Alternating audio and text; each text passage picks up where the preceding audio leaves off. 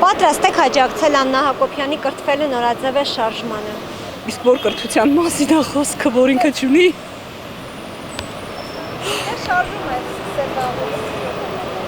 Շարժմանը տեղյակ եմ ու շատ ծանր ցավ եմ ապրում, որ անկիրթ մարդը փորձում է կրթել այն մարդկանց, ով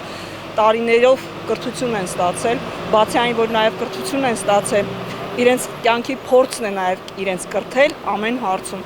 Իսկ ինքը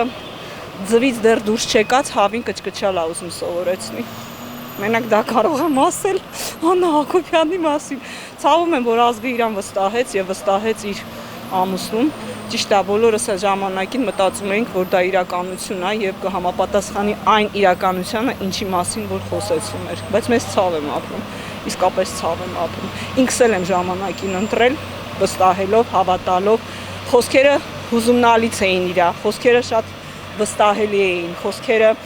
այնպես էր, որ հստակ կարող էինք հավատալ։ Բայց այսօր որ տեսնում եմ պարզ իրականությունը, թե քաղաքում ու առհասարակ Հայաստանում ինչ է կատարվում, ինչ կրթության մասին կարելի է խոսել։ Ինչն է ուզում կրթի։ Ուզում է կրթի այն պատմությունը, որը հերկեցին, ուզում է կրթի այն պատմության մասին, այն իրականության մասին, որը ջնջեցին։